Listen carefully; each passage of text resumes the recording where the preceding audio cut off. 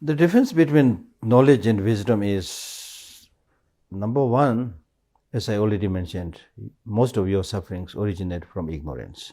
So therefore, of course, you have to knowledge. Okay. So that knowledge has to be now done through a systematic process. First, you listen to your teacher or read a book. We normally call it listening to the teaching.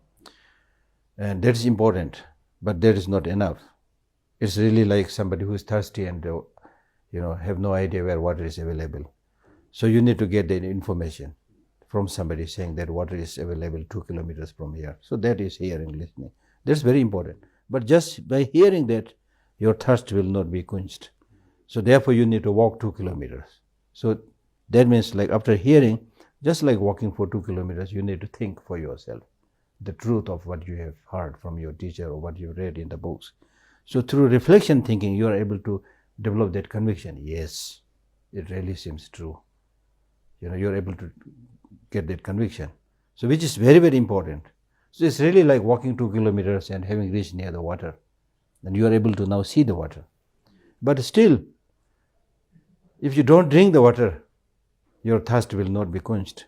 So similarly, you have developed that conviction through thinking, but now you need to get completely soaked into it, that conviction. You have to get completely habituated with that repeatedly, so that it becomes part of your way of thinking, your way of action. So that we call meditation. So that's what I said in the beginning. Meditation is getting habituated, you see. So if you are habituated, then compassion will come automatically, loving kindness will come automatically, because it's part of your thinking, you see. So therefore, the difference between knowledge and wisdom, I would say that knowledge is not necessarily based on deep experience, not necessary. But meditation is really, really very much related to deep experiences.